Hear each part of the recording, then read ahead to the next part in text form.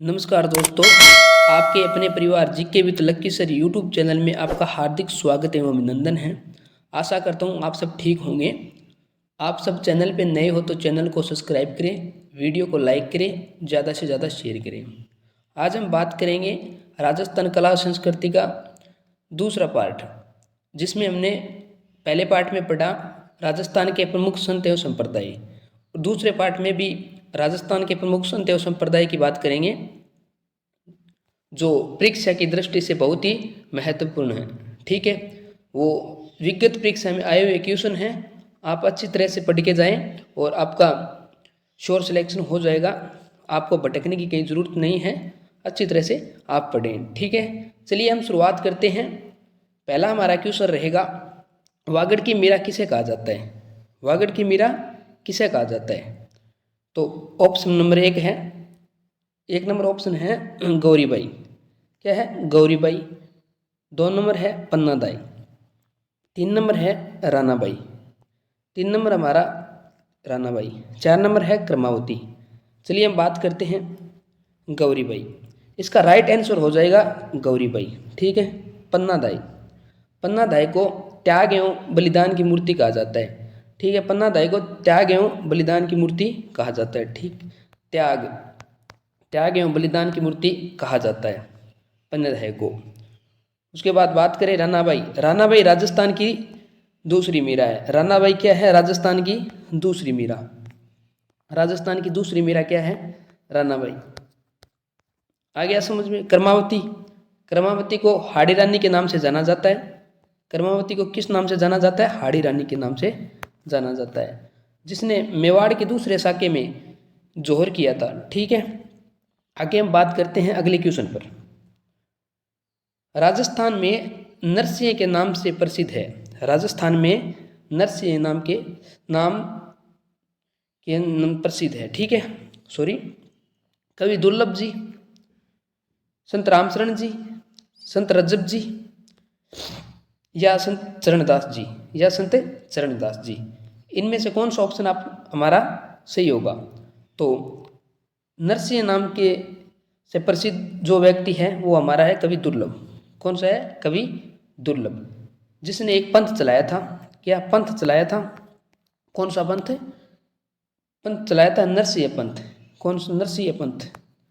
नरसिंह पंथ चलाया था। ठीक है, चलिए हम अगले क्वेश्चन पर बात करते हैं।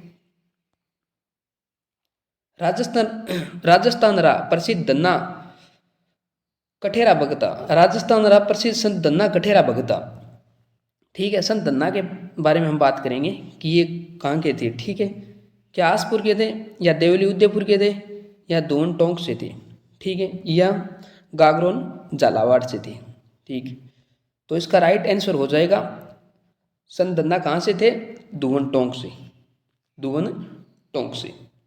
और इनका यहीं पे एक पेनोरमा बना हुआ है। क्या बना है? पेनोरमा। पेनोरमा बना हुआ है। पेनोरमा बना हुआ है। ठीक है, पेनोरमा यहाँ बना हुआ है। संत धन्ना का यहाँ पर पेनोरमा बना हुआ है। ठीक है, चलिए हम आगे बात करते हैं अगले क्वेश्चन पर। संत धन्ना भगत के गुरु कौन थे?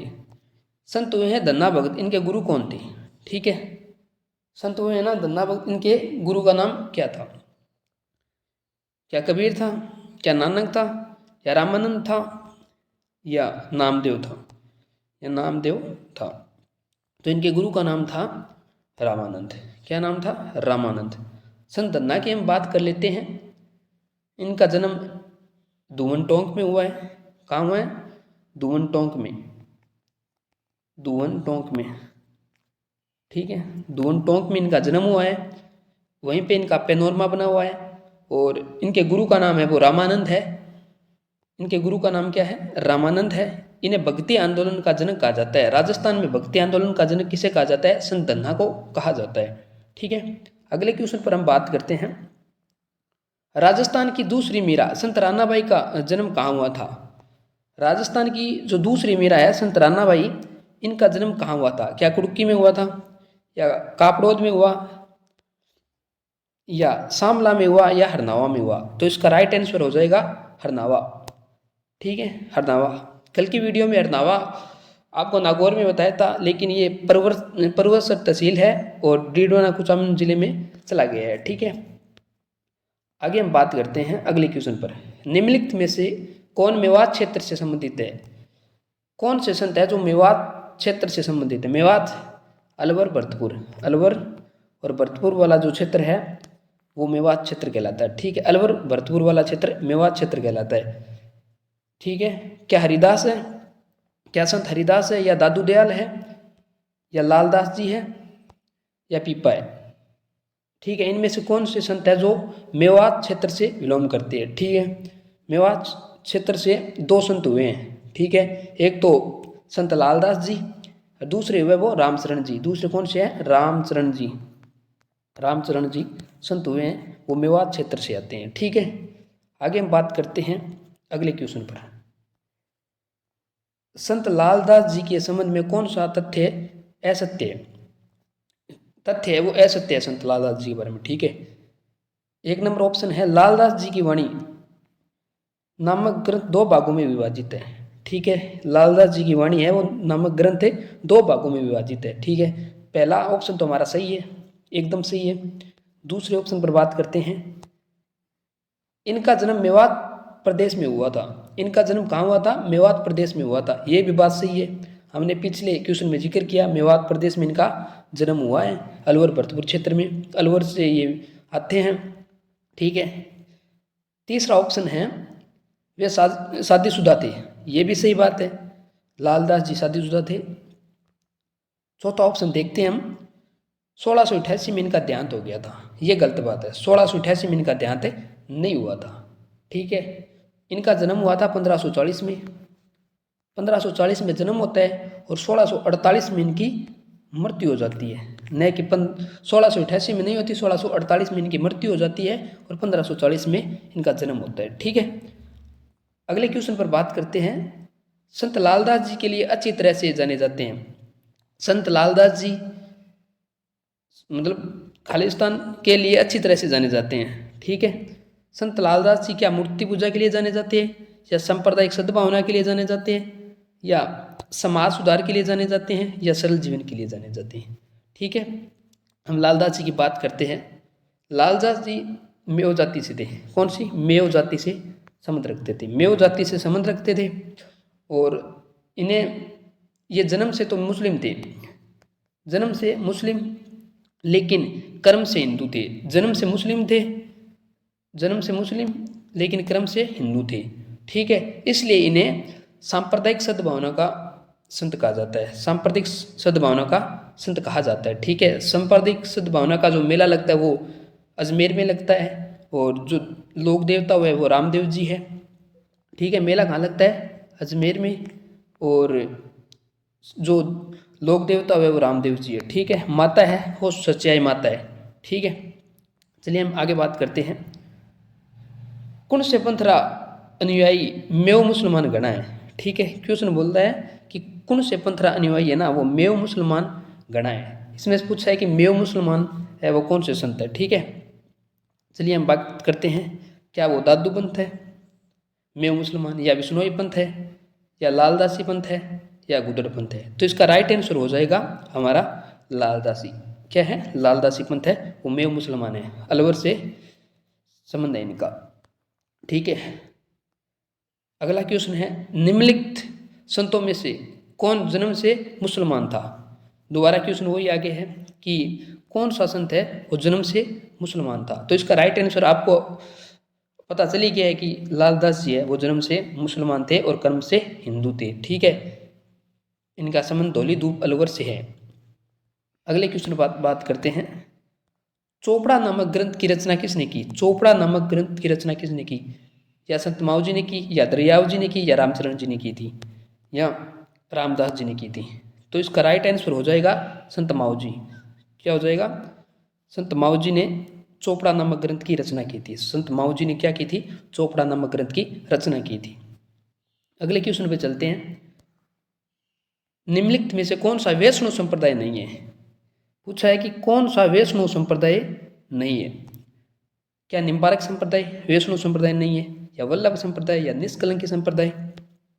ठीक है, या लालदासी संप्रदाय, या लालदासी संप्रदाय। इसमें से राइट आंसर हो जाएगा आपका निष्कलंकी संप्रदाय। निष्कलंकी संप्रदाय किसका है? निष्कलंकी संप्रदाय है वो संत माऊजी का है। संत माऊजी, संत माऊजी, संत माऊजी कहाँ से आते हैं? संत माऊजी आते हैं डूंगरपुर से, डूंगरपुर से, जिन्होंने विनेश्वर धाम की स्थापना की, विनेश्वर धाम डूंगरपुर की स्थापित किया था। ठीक है, वहाँ पर खंडित शिवलिंग की पूजा होती है, वो निष्कलंकी संप्रदाय है, संत माऊजी का है।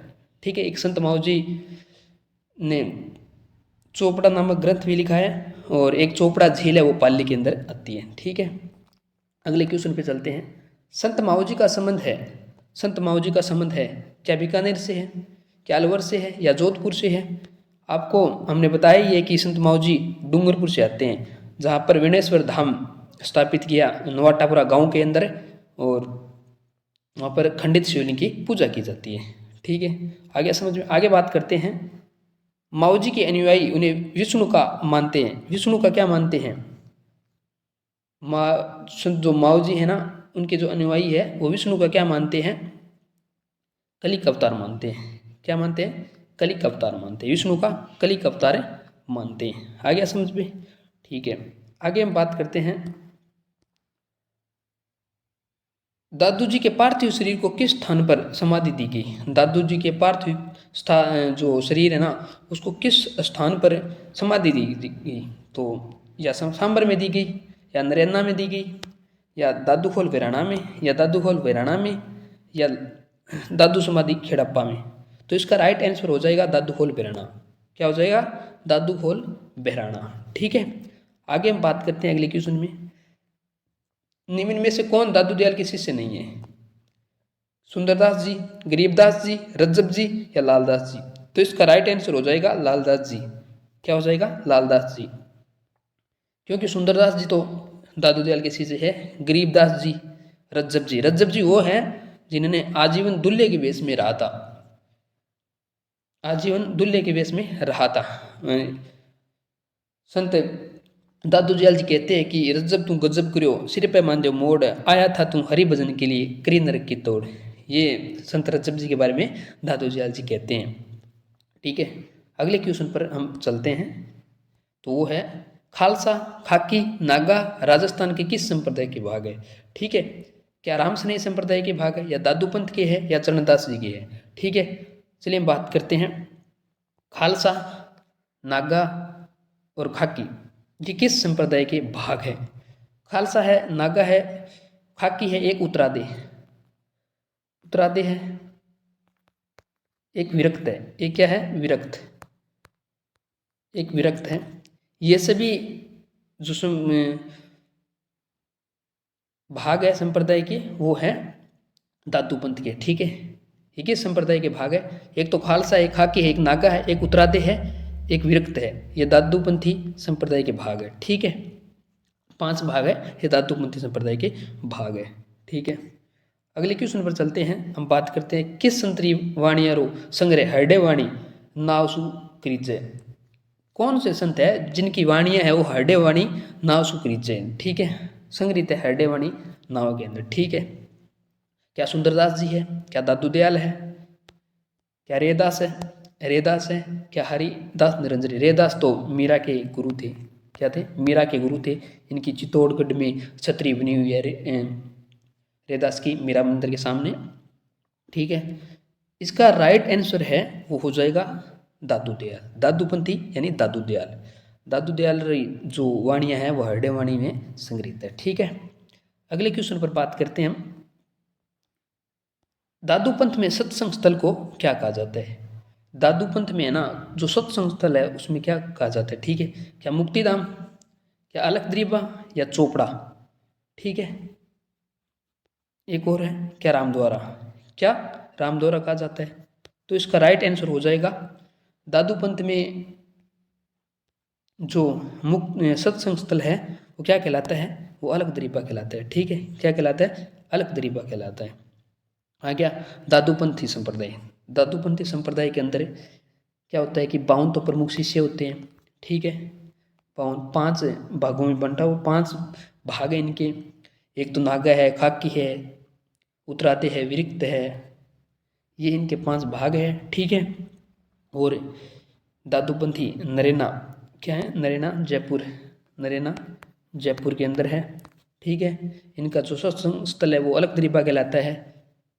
चलिए अगले क्वेश्चन पर बात करते हैं। दादू पंथ का प्रमुख केंद्र है, दादू पंथ का प्रमुख केंद्र है क्या पीपासर है, पीपासर या अजमेर है या भीनमाल है, अजमेर है या भीनमाल है। ठीक है। चलिए बात करते हैं। दादू पंथ का जो प्रमुख केंद्र है वो नरेना केंद्र है। कहाँ पे है, नरेना, नरेना पड़ती है जयपुर के अंदर है। कहाँ पड़ती है, जयपुर के अंदर पड़ती है नरेना। ठीक है, आ गया समझ में। ये सभी क्वेश्चन परीक्षा में आए हुए क्वेश्चन है, अच्छी तरह से आप इनका रिवीजन कर लें। और आपका जो PDF है क्वेश्चनों का वो टेलीग्राम पर मिल जाएगा, GK with lucky sir Telegram है। ये जो लिंक है वो डिस्क्रिप्शन में दे दिया जाएगा, वहाँ से आप PDF को डाउनलोड कर सकते हैं। ठीक है। और आपको वीडियो अच्छा लगा तो ज़्यादा से ज़्यादा शेयर करें और वीडियो को